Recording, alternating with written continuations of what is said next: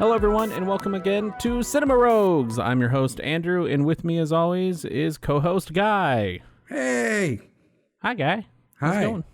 It's, honestly kind of terrible. We've been talking for 20 minutes and recorded none of it. Well, I mean, I recorded my Oh, section. shit. Fine. Fine. We'll start with a little housekeeping. If you would like to, you can go listen to my show. If you want more of me, you can go listen to Board Game Barbarians. It is a board game related show, and currently we are doing a D&D first edition, like we're actually playing D&D for the show. So first episode's about 2 hours long. I think next I'll probably cut it in half and actually do hour-long episodes, and just release more episodes, because that's more content for me to release. Right. I get that same way about my YouTube channel. Yeah. Where it's like, you know what, I'm just going to record for like 3 hours and then I'll divvy it up, I guess. Well, I did in my Discord, I was like, hey, does anybody want me to do 2 episodes, or should I just do one really long 2-hour episode? And only one person replied, and they're like, do 2 episodes. And then I was like, nah, it's too much work for me to do right now. I have to release it soon. So I'll do it from here on out. But also, if you want more of me, you could pay $1 and get some Talking Wizards from the Patreon. Get some quality Andrew time. Quality Andrew mimes. But yeah, if you want to check out Guy's work, you can go check out Sidetail Studios on YouTube. He does Let's Plays, and you also have a Twitch. Is it also Sidetail Studios for the Twitch? Yes, it is also Sidetail Studios for the Twitch. Cool. We'll go check out Guy's content, watch him play some video games.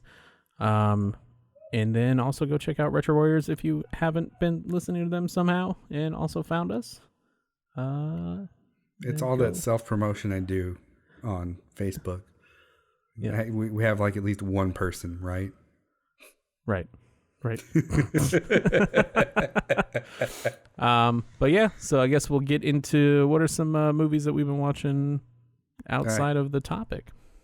Hamilton. I watched Hamilton. We both watched Hamilton. Really? I'm pretty sure everyone watched Hamilton. I had one person on the day Hamilton came out that said, "Dear everyone, I just found out Hamilton's on Disney Plus. You're welcome." Like, wait, hold on. Like they did somebody a favor, even though everybody knew that it was coming. Right. I feel like anybody who cared about either Disney Plus or Hamilton knew that it was coming out on July 3rd. Yeah, I messaged Justin that day and I was like, hey, did you watch Hamilton? And he was like, no, why would I do that? And I was like, because it's a play that everyone's watching and been waiting for to come out on the service. And he was like, yeah, I'm not going to watch that. So. What does he have against fun? I think he just doesn't like fun. I think you got it. I guess. I don't know. He doesn't like musical fun, I think is what it is. Yeah, I don't understand that. I used to say that I don't like musicals, and then I found the right musicals. Oh, I love most musicals. I'm still waiting for Into the Woods to come to Disney Plus, because it's like Disney Plus released in like November of 2019, and I was like, oh, they have Into the Woods. I haven't seen that since theaters. I want to watch it again, and I don't want to buy it. And so I click on it, and it's like coming to Disney Plus in November 14th of 2020 or something like that. Wow. So they had it on their service. You just can't watch it. They don't have the rights to it yet. I was like, at that point, is it really on their service? Coming soon in a year. But yeah, what'd you think of Hamilton? Oh man, it's fantastic. I loved it. The first time I saw it was in October 2016, and it was a spur of the moment thing. I was at a work conference. And one of the people I was there with was like, hey, you want to go see Hamilton with me? And my aunt, she's in town. I was like, sure, why not? And they're like, okay, let's look up tickets. And they were like day of tickets, right? Yeah. Whoa. I don't remember what they were, but I know it was north of like $200, $250, something like that. Yeah. They were balcony seats. Yeah, I mean, that's what we, like in Austin, we were looking at them, and I think it was like $300 to $600 for balcony seats, and I was like, not doing that. Yeah, I would think that the Chicago ones were lower simply because it wasn't a special engagement, right? It was the week after it was the week after Hamilton opened in Chicago. So it was still like a super hot ticket. I'm sure it's still a hot ticket in Yeah, Chicago. but it wasn't like a traveling show like the ones that Right. come to, like the ones in Austin are like Broadway on parade, not parade, but like traveling Broadway or whatever. Right, So, right. yeah. Yeah, we were supposed to go. We had season tickets to this season at the Bass Hall in Fort Worth, Yeah. and most of one show got completely canceled, and everything else seems to be rescheduled. Like Hamilton's rescheduled for next February. Hamilton was 2 years ago for us. We had season tickets for this year, but then everything got pushed back. And we also had season tickets for last year. And all of those also got, they just refunded us part of our season pass, which sucks because I wanted to see Aladdin. But, Yeah. oh, well.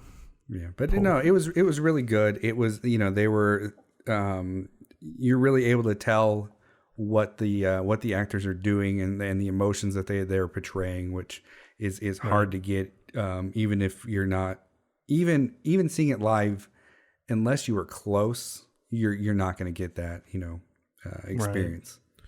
I mean, I'm glad they did this because I didn't think I was ever going to get to see it on stage like a lot of people.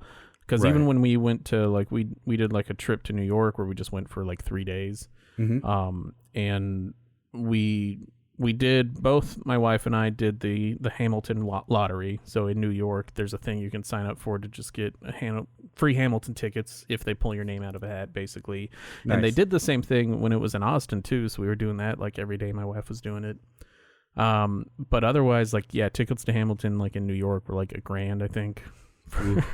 Yeah. So we're like, no, I'm not doing that. Yeah. And then I got to see it again a couple years later, again in Chicago. I went by myself that time and was down on the floor, I think road J or something. And that was fantastic. Nice. Yeah. So, and I feel like the movie that released on Disney Plus did a good job of capturing the experience that I had that time, if that makes any sense. That's good to hear. Yeah. Because you don't want it to be like too far back or feel like a recording of, I think that's the thing I liked about it, is it didn't feel like a recording of a stage show because there were different camera angles and everything. Yeah. And cameras were on stage. I think they filmed it over 3 nights or 3 performances or 2 performances a night over 3 days, something like that. It would kind of upset me if I was like going to one of those performances and there's like a camera dude or like a crane like just swooping around the stage. I'd be like, I didn't pay to see like a camera fly in my face. Like, but yeah, what else you been watching? Princess Mononoke. We started doing a thing as a family, watching, like having movie afternoons on Sundays. Yeah. And so the past 3 weeks, last week was Princess Mononoke, and I hadn't seen that I hadn't ever seen it. And I finally got to watch most of it, and it was pretty great. I'm not going to lie. Yeah, I haven't seen it since high school, but I remember it being a really good movie. My kids were super excited when that dude's head popped off. I don't even remember. It's Princess Mononoke, and then what's the desert one? I don't know. They're basically the same movie. Like the only Studio Ghibli movies that I've seen are probably Ponyo and My Neighbor Totoro. Never seen Ponyo. Nausicaa, the Valley of the Wind is also Studio Ghibli and also very similar. It's basically like Desert Princess Mononoke. Nice. If I remember correctly. But yeah, what else do you see? So then the week before that, we watched All Dogs Go to Heaven, Nice. which is more of a musical than I remembered. I haven't seen it in so long. I remember it being like on the level of like Rock-a-Doodle, which I also haven't seen in a very long time. Dude, that reminds me when I was in high school, and they used to have, I don't know if they still have them, but in the TVs like programmed into them, they would like automatically scrub the subtitles, right? For curse words. Right. And my the person that I was dating at the time, her family had that turned on, that feature turned on, because they had, young children too, or younger children, excuse me. And the caption changed it whenever he was crowing to jerk-a-doodle-doo. Why? Because cock is a bad word, sir. No, it's not. Jerk-a-doodle-doo is worse because it implies that cock is a bad word when you're not talking about a rooster. Right. It was very confusing to the younger child. Yeah. And that particular story still sticks with me to this day. Buddy, just jerk-a-doodle-doo. You know what I'm saying? But yeah, no, All Dogs Go to Heaven. It's a really good movie. It's one of those movies that I wore out when I was a kid. Like a lot of Don Bluth movies are really, really great. Yeah. That one and Land Before Time were big in my house. Nice. And then the week before that was Back to the Future 3. Got to that one. Fucking love, Back to the Future, the Western. It's perfect. I mean, it's got some issues. It's a little bit slow in the beginning, but other than that, I like Westerns and I like Back to the Future, so I'm usually down to stick with it. Dude, you know what? And Thomas Wilson, the guy who plays Biff, generally speaking, right? Mm-hmm. One form of Biff or another. He plays Mad Dog Tannen, Biff's ancestor in this movie, but he's completely unrecognizable. They didn't do any makeup to him. He just has different facial hair, right? Did they not? I thought they did some makeup on him. I don't think they did. I mean, they made him look dirty and stuff. Yeah, but yeah, he didn't have prosthetics. Right. He just had the giant mustache and the beard, and he talked with sort of a low, gravelly voice with a southern accent. Right. And it completely transforms him as a person. I don't... to me, they're not the same actor. Like, even seeing Thomas Wilson, he's in Legends of Tomorrow, the CW show. Is he? Yeah, he's the father of one of the crew members in who joined in season 2. Okay. He's on season 3 plus. And even as an older gentleman, he looks kind of goofy. I don't know what it is about him, but he looks kind of goofy. I never took Biff seriously because he looks kind of goofy, right? Right. But not fucking Mad Dog. Don't mess with that dude. Well, he'll kill you or whatever. Right. So. Over $80. That's a lot of money back then. I guess that's true. But other than that, I guess not movies. I've also been watching Batwoman, finished up Supergirl, and moved on to Batwoman, especially because I'm a supporter of them being supportive of the communities that they are supportive of. So I want to watch it, if that makes sense. Okay. Yeah, it does. You just without saying anything, you said something. Right.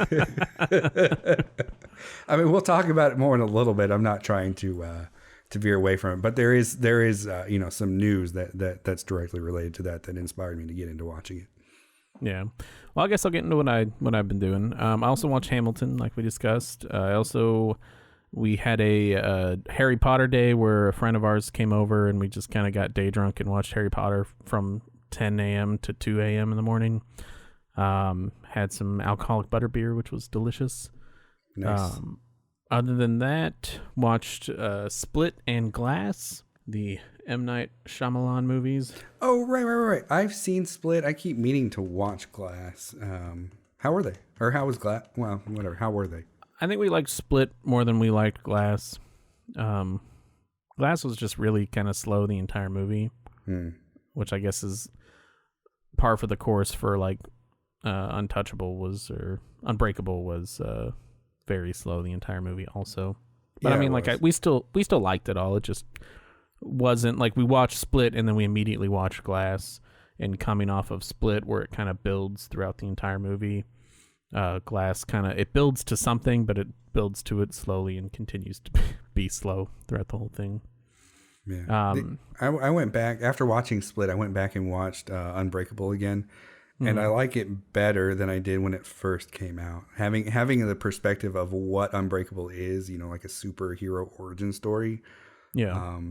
it makes that movie better. I didn't understand that going into it the first time, I guess.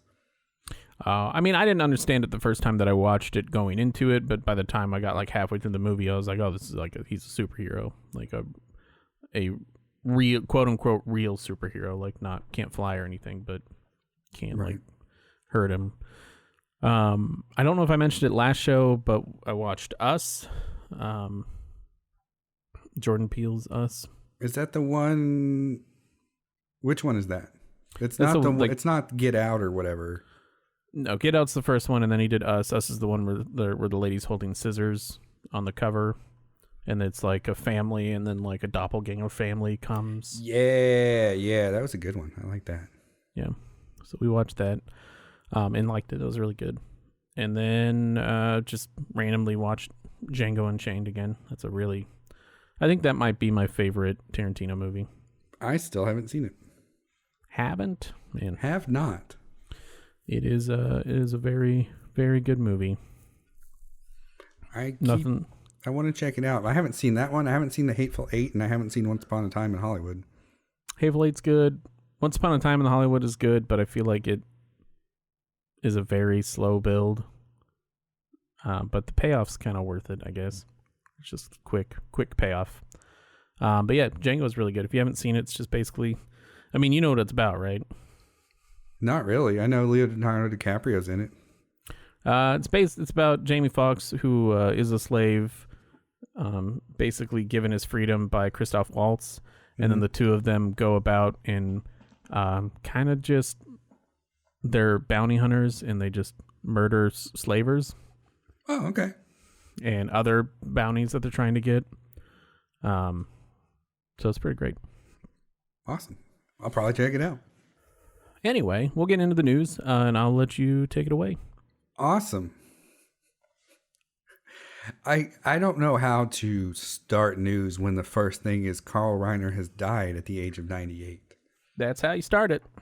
It's we gotta do it with a smile.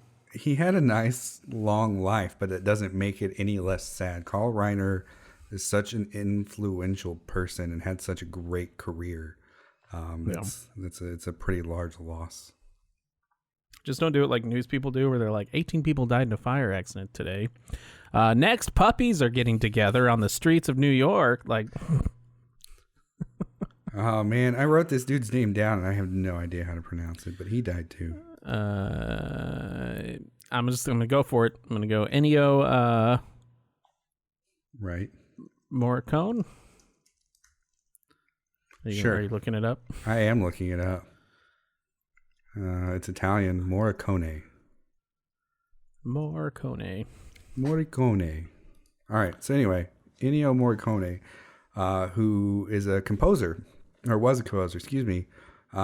He composed The Hateful Eight and pretty much all the spaghetti westerns, including A Fistful of Dollars, For a Few More Dollars, The Good, the Bad, the Ugly.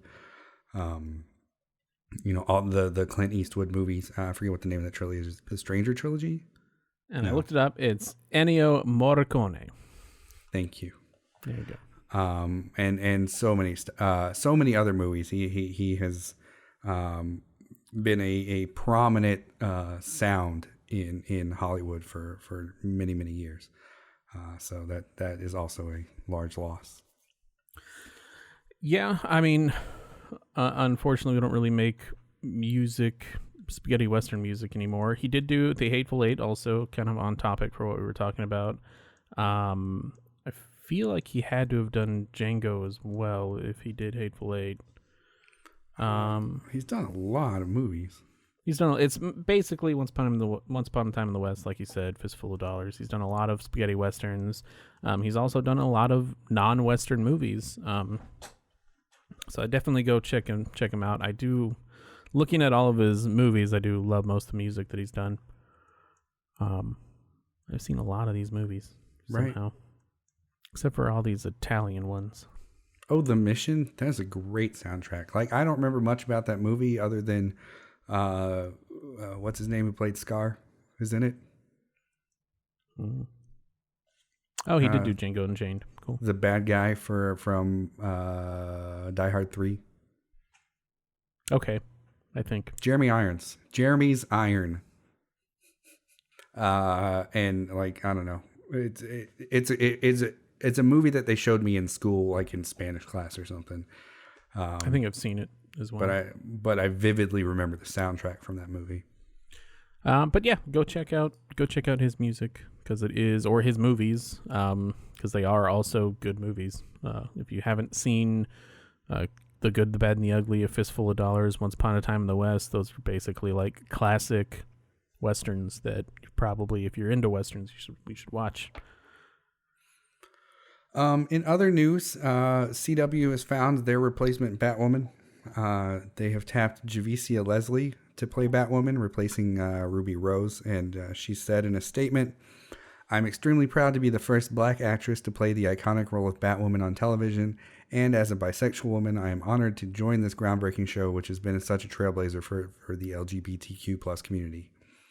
And like I said, I'm excited. I'm excited that CW has taken a chance with a black actress and said, "Hey, we're going to recast this traditionally white role," which they did with what's her face.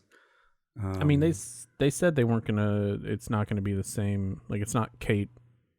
It's not Kate Kane. No, yeah. It's a new character who is new to. It doesn't come from the comics at all. Right. But also, there's never been a black Batwoman. Yeah, that's really awesome. In the comics or anything. Iris West was who I was trying to think of. They cast a black actress to play Iris West, who had traditionally in the comics been a white character. So I don't know. CW seems to be on the leading front of trying to increase inclusivity in their shows, and I think that's fantastic. Yeah, I'm interested to see how everything kind of turns out once they can actually film stuff again. Right.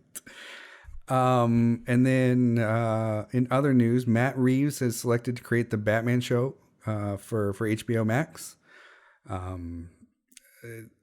It looks like it's pretty sure it's the first live action Batman show since the 1960s, not including Gotham, of course, because supposedly that wasn't going to have Batman, even though they totally had Batman and Bruce Wayne.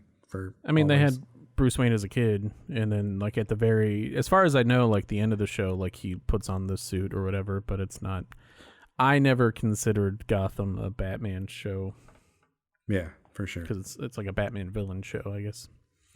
Well, cool. We'll go and get into the topic. Today's episode is The Wizard of Oz, and that was released August 25th of 1939, and it was directed by Victor Fleming. It was also directed by like 4 other people that I don't. It's directed by a lot of people. There was a lot of like. He's the credited director, damn it. We'll get into it, but there was this movie kind of went through like behind the scenes development hell on a lot of different fronts. Screenplay by Noel Langley, Florence Ryerson, and Edgar Allan Wolfe. Leads, of course, Judy Garland, Frank Morgan, Ray Bolger, Burt Lair, Billy Burke, Margaret Hamilton, Charlie Grapewin, and Clara Blandick. Margaret Hamilton. That's what the play is about. It's about Margaret Hamilton being in The Wizard of Oz. It's won a prequel to Wicked. Right. Yeah. Hamilton is a prequel to Wicked. Won Best Music, Original Score, and Original Song at the Academy Awards, which is funny since the song that it won it for, I'm pretty sure, was Somewhere Over the Rainbow, which they almost cut from the movie. It's a good song. It's a good song. They almost cut that and then kept in another song, which is a terrible song called The Jitterbug. It was really bad. It's not that song. It was got a 98% on Rotten Tomatoes and an 8.5 user Metacritic review out of 100 reviewers. So this will be a spoiler show. Obviously, the show is from 1939. If you haven't seen it yet and you're upset that we're going to spoil it, go ahead and pause it and go watch it. It's only about an hour and a half, which I, for some reason, thought it was longer. But whenever I started it up to watch it this time, I was like, it's only like an hour and a half. Because it's 2.5 hours when you take a nap in the middle of this boring ass movie. Well, okay. Wow. All right. Well, we know where you were. Why don't you tell us what your thoughts, guy? I understand its cultural significance, especially being the premiere movie with color in it. I don't know that it was actually the first movie like everybody thinks it was. It wasn't. 1917, there was another movie that was done in Technicolor. There were a lot of movies before this one that were in Technicolor. This one was just like the most, I think it's most remembered for it because of like the stark changes between sepia tones and then going into color. Right. And that's the other thing is it wasn't necessarily even the quote unquote black and white part isn't black and white. It's still a color tone, right? Right. Yeah, it's still like a sepia, I guess brownish tan color. Yeah. So it's got this cultural place of being the quote unquote first movie in color, but it's not. But I understand that, and I understand why people like it, and I just have never enjoyed the movie. Even as a kid, I thought it was boring. I could pay attention to it about through like Munchkin Land, and then I was more or less done with it. But I don't know. That's my thoughts in general. I mean, I've always been, like you kind of said, you didn't really know you liked musicals until you found the right one. Mm-hmm. And I think I've always been, for the most part, a musical fan. There are obviously bad ones that I don't like, but The Little Prince. No, I was thinking Guys and Dolls with Frank Sinatra and oh god, The Godfather. What's his name? Marlon Brando? Yeah. Marlon Brando did a musical and it's not great. All right. I didn't know that. Yep, no, it's not. Marlon Brando can't really sing, so that was a poor choice. So Russell Crowe. People give Russell Crowe a lot of flack for Les Mis, but I think he did okay with what he had. Yeah, I don't know. Whatever. I cannot. He wasn't bad. I cannot sit here and critique somebody else's singing who makes millions of dollars. So I mean, like, here's the thing: he wasn't like that bad, and compared to other, because I've only seen Les Mis on stage once, and compared to everyone else that sang on stage, everyone that did the stage play that are not famous millionaire actors were better than all of the actors that were in the Les Mis movie. So yeah. So he did about as good as everybody else did in the movie. That's compared to the stage. Anyway, what was I talking about? So you were talking about The Wizard of Oz, sir. We were talking about The Wizard of Oz and how you hate it and you wish it was dead. I don't wish it was dead. I just don't have any desire to revisit it ever. Like, it's never like, hey, we should watch Wizard of Oz. So did you take a 2-hour break in between watching this movie? No. I watched it straight through. Okay. I thought you implied you were like, it's really long when you take a nap in between. Well, I mean, if I was to watch it not for the show, I would probably take a break, or would be fine with, pausing it and coming back a few days later or whatever. I mean, I thought I was going to have to take a break, and then I saw that it was only an hour and a half long, and I was like, oh, okay, then I can just get through this real quick. So, I mean, for me, it's always been like, I like the movie, I like the music, and I like the direction. And I think for me, my love for The Wizard of Oz more comes from all of the stuff that happened, like, behind the scenes, all of, like I said, the directing hell that it went through. It went through, like, 5 or 6 different directors that dropped out, just because they had other stuff they wanted to do. You had actors. The original actor that played the Tin Man got lead poisoning because they used lead paint for the Tin Man's original paint was lead based, or it was something he was allergic to. I can't remember if it was lead based or if it was just something in there that reacted improperly. So he dropped out, and then they got the actor that played him. I think it's Billy Burke. I don't remember. The woman that played the Wicked Witch Margaret Hamilton? actually got burned in the scene where she goes up in a puff of fire and smoke in Munchkin Land. In the set, there was a drop, just like a stage door that she dropped into, and she didn't drop fast enough, so the fire caught the flammable paint that was on her face and burned half her face, and they had to stop production for like three or 4 weeks while it healed. I think she got like 2nd degree. She didn't get like full on 3rd degree, like scarred her for life, but she got like 2nd degree burns from it. So yeah, there's just like a whole bunch of, there's all the controversy behind did a little person actually hang themselves, which most people say no, it's just a stork. And me going back, like I've gone back and tried to watch it multiple times for that. In all the digital versions, it is a stork. Like you can actually sit there and pause it and kind of scrub. On an old VHS copy that I had, I think the quality was so bad you can't tell. So it does look like so it's like one of those things. Like, did they go back and change it, or was it always just so bad quality on the original version before they digitally enhanced it that you just couldn't tell? Well, you see, in the original version, they always plan to have dewbacks in the background. Yeah.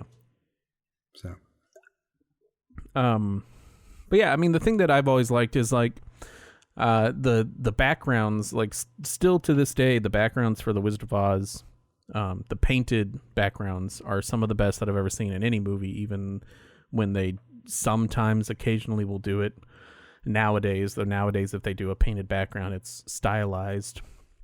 The backgrounds are fantastic. I think I messaged you like, hey, was this always that way? You're the Wizard of Oz expert, where when they go up to Oz, there's like green lines in the background painting. Yeah, as far as I remember, they like had like, it was like dual layered, so that way I think there were lights behind the background. Oh, okay. My favorite one is when they're leaving Munchkinland I think it's like the left or the right side of the screen. There's a guy in one of the towers waving goodbye. Yeah. And the tower portion that he's standing in is an actual like built set, but the roof of the tower is on the backdrop. Oh. And you can't tell. Like it looks like it's hanging over the set piece. So just a lot of like the craftsmanship on that movie is something that you just don't see anymore. And I kind of like watching that and watching like Singing in the Rain. It's like, obviously we don't do it anymore because it costs so much money, but like why we don't have large indoor studio like spaces anymore, that they're like filming on these gigantic studio spaces. Yeah, I noticed have like these massive sets. It was really apparent to me, like that they had like a water features in their sets, which you never see these days. Yeah. Well, because everything is either done CG or it's done like outside, or like, we still have. I don't want to say we don't have massive sets. Obviously, we still, like the Lord of the Rings built an actual like, what was the Hobbiton? Rohan and Hobbiton. Like Rohan was actually built. Like they built all of Rohan. Yeah. And then they weren't allowed to keep it there. They had to unbuild it after they were done filming. But, we still make large sets that take a lot of craftsmanship. I just don't see any more like indoor stylized like studio sets, I guess is what I'm saying. I don't know, it's hard to talk about this movie in like order, I guess, because there's just like bits and pieces. Yeah, man, like just run with it. The tornado is a sock. Did you know that? No. Okay, so I was noticing that the tornado looked very real. And what made sense in my brain is they took some sort of footage that they had somehow of a tornado and just, overlaid it into the background of that scene or whatnot. But then you said, what? It's a sock? So what they did is and this is I didn't watch the special features. This is from me watching like years of special features, being fascinated with this movie. Mm-hmm. They made like a miniature ground area, and then they made this basically tubing that they could crank underneath, and then they put basically nylon socks on it, or like leggings. Okay. And then they just cranked it so that way it moved in the certain way that looked like a tornado. But they filmed the miniature, and then they put the miniature on the back of filming the actual like actors. Nice. I don't know, like the creativity of making this movie and the sets has just always gotten me. I've always also been upset about like her kicking on the, like, trying to get into the shelter and nobody like hears her. Like, they're like, oh, I guess it's just the storm outside, screaming and kicking on the shelter door. The scene where she transitions into Munchkinland, where she opens the door and she's wearing the sepia clothes, and then she walks out wearing the clothes that are in color. That's a body double opening the door and then Judy Garland walking out. A lot of like, I kind of like praising this movie for all the good stuff it did. It also did a lot of bad things. The directors and producers constantly put Judy Garland on uppers throughout the entire movie to keep her awake, to keep with the shooting schedule, and also just basically started her drug addiction, which eventually killed her. Yeah. As part of watching this movie, it got me interested in the life of Judy Garland, like in a whatever happened to that lady kind of thing, right?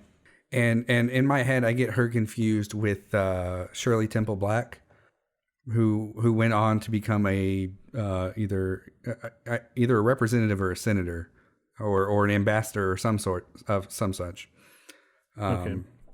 She was a child star, Shirley Temple, back in the day. Right. So for whatever reason, I get her mixed up with Judy Garland, I guess, because they are old child actors. Right. Yeah, I mean, and then that kind of started all this stuff with Judy Garland's daughter, and she also kind of had a hard time. Yeah, it's just, Hollywood back in the day wasn't, good to its women stars, and Judy Garland was well, it's still not great to its women stars, but Judy Garland was signed by MGM, I think, wasn't it? That's who did this movie, yeah. Yeah.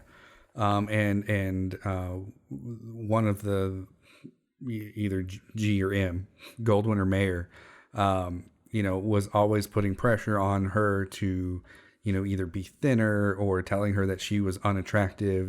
She was like the ugly duckling of MGM, right. And that she would never be this like big star and blah, blah, blah. And it started this entire cycle of mental health and drug addiction problems that she had, and that plagued her throughout her entire life, and it's really sad. There were also allegations, not by Judy Garland, from everything that I could look up. There were allegations that she was like molested by one of the people with dwarfism on set, which everything I've seen says that did not happen, and even Judy Garland has stated that didn't happen. The most that happened was they would go out and like drink on Friday nights, and she would get upset that they were noisy. Like, that was basically it. But yeah, this movie also had kind of one of the largest, and probably still the largest, instances of people with like dwarfism community people being in a movie and being together, and actually was kind of the founding reason for Little People of America. Was started by, I believe, I think I put it in here. No, Billy Barty was not a cast member, but he did start Little People of America because of The Wizard of Oz. Is it one of those things where it made him realize there were a lot of people like him, kind of thing? It was more of like, from what I was reading, it was more of it kind of started this huge community of people that didn't really come together before this. Mm-hmm. And from what I was reading, it was like, a lot of people found their spouses being on this movie because they didn't have the opportunity to kind of come together as a community before that. And this kind of started that happening. Nice.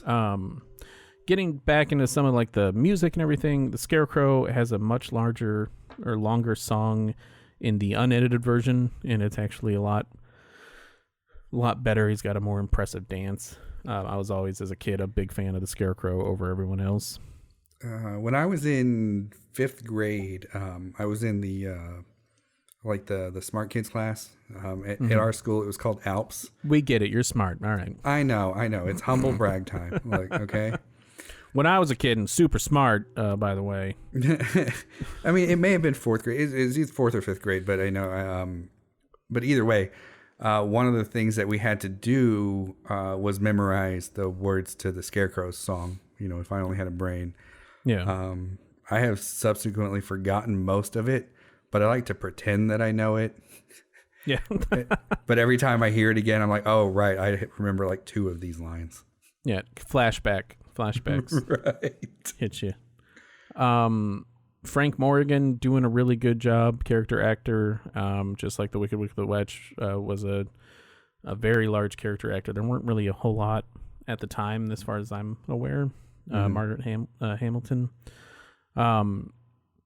He played, the guy at the beginning in the crystal ball, I guess, sideshow guy, or carnival guy, and then he was obviously the Wizard of Oz. He was the doorman. He was the guard. He was the dude that was in the chariot or with the horse carriage. Yeah, can we talk about that the chariot real quick? Okay. That was the shortest chariot ride to nowhere. Yeah, they're like, let me get you all cleaned up. We're here. Like the horse takes like 5 steps. Yeah. Which I well, get. It's not a very big city, Right. Limitations of being on a set. And that was one of the sets that I was like, oh, there's a water feature in the middle of this city. Well, there's that water feature. There's the water feature in Munchkinland. Yeah, there's quite a bit. If I remember right, in the book, people in the Emerald City, it's actually made out of emeralds, and so it's only the Emerald City because of like everyone's wearing regular clothing, but because it's all of the light reflected through the emeralds, everything looks green. But everyone's like technically wearing white. Nice. Yeah. And they all had to wear glasses, like special glasses, to not be blinded by the light coming through the emeralds. Ah, so they all look like assholes. Yeah, it's basically like from the book, like the pictures in the book, it's basically like a steampunk city. Basically, everybody just looked like they were like wearing steampunk glasses and like goggles and clothes and stuff. Nice. Yeah, there's I guess speaking of the Emerald City, it shows up in other places, throughout pop culture. I mean, this movie in general has a huge cultural influence, and right. And we could talk about various aspects of that for hours, I'm sure. But for me specifically, I know in the Dark Tower series, at some point they visit Oz. I mean, I think the Wizard of Oz has a stretching impact on everything beyond the movie, but I think you're right as far as the movie's culture impact is so huge just because of how popular it was when it came out, and the different things that happen, the emerald slippers or the ruby slippers, which are not ruby slippers in the book, but culturally they're ruby slippers everywhere, and that kind of shows how the movie has there's silver slippers, but that doesn't look good in color in a technicolor movie, so they changed it. Yeah, I guess I never really thought about the culture impact, but it's kind of everywhere. A lot of shows do kind of nods to the Wizard of Oz, and not necessarily like the book's version of the Wizard of Oz. Also, I don't know if you knew this, Oz is one of the only like open domain or public domain like stories where you can write your own book in the Oz setting and not get sued or ask permission for it. Nice. Yeah, I didn't know that. That might explain why I've seen it show up in several books. Yeah, it's also like everywhere. There's a lot of weird Wizard of Oz comics and things. Robert Heinlein has like this series of books. Like really, a lot of his books are in a shared universe.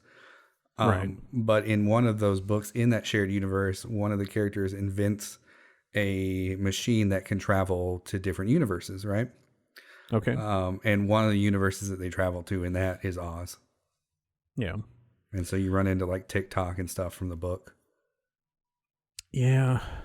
I always I wanted to read all of them at one point, and I just you would not believe how difficult it is to find a complete version of this book series online.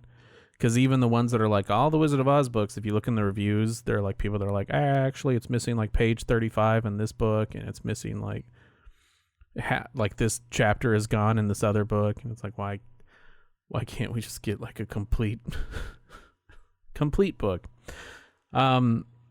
The other thing I wanted to mention, when I was a kid, at the very end, whenever he's handing out the diploma and the heart and courage, when he hands the Tin Man the heart, it's got like flowers on the chain, basically. Yeah. And when I was a kid, in the versions that I would watch, I always thought it was either like popcorn or teeth. And I always like, as a kid, I was like, why is there popcorn on that chain, or why is there teeth on that chain? For that because heart. The Wizard of Oz collects the teeth of the children. Oh no, that's where he got the heart. He assembled the heart from other people's hearts and collected the teeth. He's a heart surgeon. He stitches them together. But yeah, no, this has just always been one of my favorite movies growing up, and for a long time I was like, oh, this is my favorite movie. Even though I wouldn't watch it like super often. But yeah. I think it's just the amount of work that went into it, the craftsmanship, how pretty it is, like in general, and the amount of like behind the scenes, just honestly like shit they had to go through, that everyone had to go through.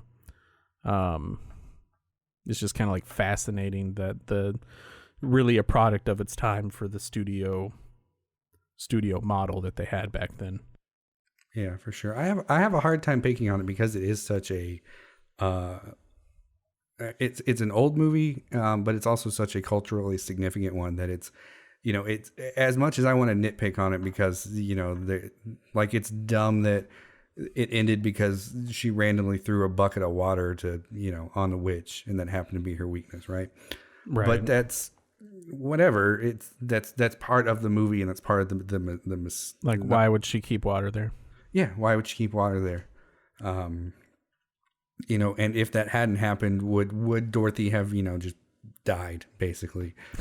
Right? It's one of those things where you can make those nitpicks if you want to, but I think that the larger picture of this movie is that, how well done it was for its time. I mean, I'll say that the very end, even this time watching it, because I honestly haven't watched it in like probably like 5 or 6 years. And I'm watching it, and at the end, it was like, well, Dorothy had the ability to go home all the time. She just needed to learn it for herself. And that's there's no place like home. And I was like, bitch, she's been trying to get home ever since she got here.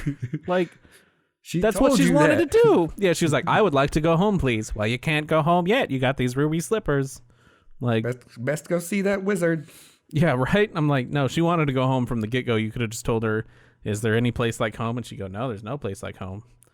It's not like she got there and she was like, this is interesting. I'd like to stay here for a while. Right.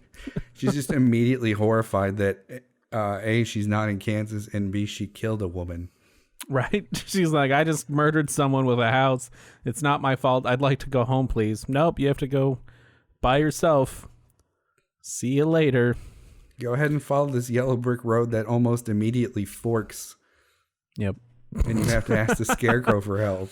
It goes in like 4 different directions. Right? How is she supposed to know where it goes? I don't know. Glinda's not a great witch. She's just a good witch. Yeah. I noticed watching this time when like the flying monkeys come in and they carry off Dorothy or whatever. Mm-hmm. And they're flying off. You can see her feet go like kicking like really slowly in the little minis. Oh yeah. Oh, that cracked me up real good. I had to go back and rewatch that scene. Something I didn't know until looking up information this time was Toto got stepped on in this movie at one point. Oh no! One of the flying monkeys accidentally stepped on him, and they replaced him with a double for like 3 weeks as he healed. Like he came out okay. Like I think he broke a leg or something, but he was fine after that. Or he sprained like his leg. I don't remember, but yeah, I was like, Toto got stepped on. Like, what an asshole. It did kind of wig me out thinking that Toto probably died before the end of World War II. Yeah, that's also kind of weird to think. Like, I've never really like placed this movie. Like, it's always been like this timeless movie for me because like it, they never really specify when the movie takes place. And I was obviously the first time I watched it was like in the 90s, so I had no concept of World War II or like I'm pretty sure I was a young kid whenever I first saw this movie. So like there's no way for me to be like, yeah, and then Toto died before Hitler died. Like, there's no concept of that. So yeah, that's kind of I've never really actually thought about that. That is a weird thing to think about. It's like World War II going on right after this. Everybody watch The Wizard of Oz and then get shipped off to the Eastern Front. Well, yeah, I mean, like Jimmy Stewart, Front. right? He went off and served in World War II and took a break after filming like Mr. Smith Goes to Washington and shit. Yeah. I don't know why. I mean, I know why, but like, okay then. Leaving, like, going to like it's the whole serve your country, right? Kind of a thing. But I just like if you didn't have to, why would you? They didn't have to worry about the Red Scare at that point. That didn't come till a little bit later. I don't think Jimmy Stewart ever had to deal with it. Really, I don't know. We're kind of getting into weird territory. We're getting into a weird territory, which is fine, but it's, it was a national pride thing, and I think a lot of it's left over from World War I, where it was very much a social pressure to like everybody has to volunteer, and if you don't, then you are considered a coward. I don't know. World War I was such a fucking mess that I don't know why anyone would ever like. Even if they were like, all right, we agree to not do trench warfare anymore. Like, it's like, I don't want to do any of that. That was the worst. Like, trench warfare was almost like as fucking terrible as it probably, I guess, psychologically more terrible than like old revolutionary style, like coming at each other in a line and firing at each other's faces. Oh, yeah. Like, yeah. Like just being in a trench bombed and getting trench foot for months. Anyway, we're in a weird spot. Wizard of Oz has nothing to do with World War II or World War I. So that's weird. There's a lot of stuff we didn't really get into and I didn't really want to get into, which was just like the deeper connotations or like, everybody outside of her dream existed there. All the, the wizard, the scarecrow, Tin Man, and Lion were all just basically reflections of the people that she lived with. Right. Well, except Auntie M, who seems to be like the more central character in that cast. In the ancillary is not cast. There. Yeah, she's just not in Oz. I don't know. So this was a weird episode because we didn't really we kind of just talked. I just talked about like what I liked about. Well, I mean, I think that's a fair treatment for an 80-year-old movie. I guess so. Yeah, there's not like we're never gonna do like if we ever were like, all right, next week we're doing Citizen Kane. Like it wouldn't be a review of Citizen Kane. It would just be us talking about like, it was a great movie at the time and developed a lot of shots and like we wouldn't be like, I give it an 8 out of 10. Right. I think anybody that has done a review of Wizard of Oz probably has expressed any thought that we might also express, right? I don't think us saying I liked or disliked this movie or I give it, X rating or whatever is going to affect anybody's opinion of it. I just wanted to talk about it. I've always liked this movie. I think if you like musicals, it's a good movie to watch, even if you're just watching it like historically. It's definitely something to check out. If you don't like musicals and you don't like old movies, then whatever. You don't have to watch it. Nobody's forcing you. Yeah, I mean, I'd say it's worth a watch for the cultural perspective if you haven't seen it. But like I said, I have no desire to revisit it ever. When it comes ever out. Again. Not ever again. Like if my kids are like, hey, do you want to watch The Wizard of Oz? I'd be like, not really, but if you do, then okay. Maybe you should just be like, okay, if that's what you want to watch. Maybe don't go, not really, you kid. Where to see this movie? You can find it on VHS, DVD near you, home video.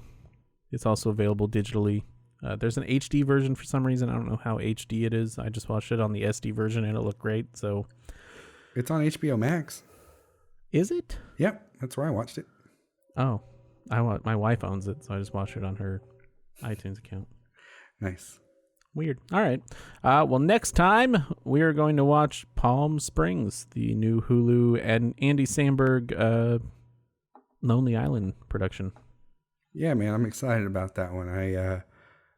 Kristen, my girlfriend, recently made me watch Never Stop Stopping or whatever it is. Yeah, Popstar.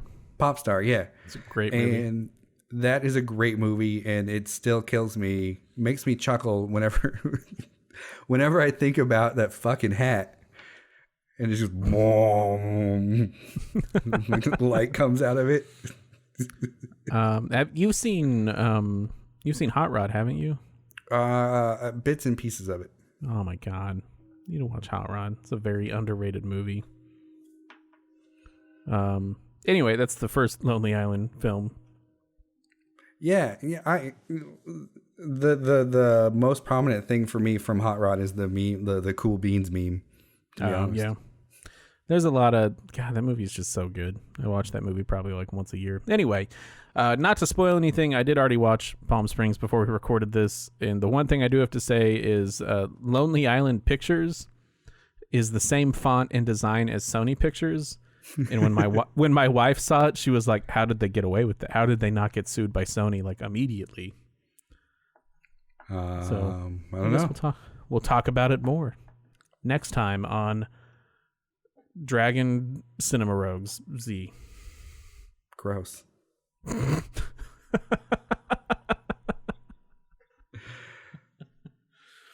right. Do you have anything else to say? No, that's all I got. I'm excited for Palm Springs, and Wizard of Oz is boring. All right. Well, I think Wizard of Oz is not boring and is a great film, and you should watch it. And excited for Palm Springs. Also, I may watch it again before we do the next show. Nice. Just because how good it was. Not to spoil anything. Spoilers. Spoilers, it's good. All right, we don't have to do that anymore. Next movie. All right. Well, everybody have a good night, and we will see you next time. Bye. Goodbye.